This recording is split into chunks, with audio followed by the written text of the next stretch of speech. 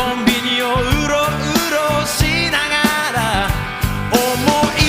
出し笑いを噛み殺す。ダサい格好はしたくない、年は取らないように、作り笑いなんかしたくない。だからベイベーそばにおいでおいで、君を好きでよかった、このままずっとずっと死ぬまでハッピー万歳、君に会えてよかった、このままずっと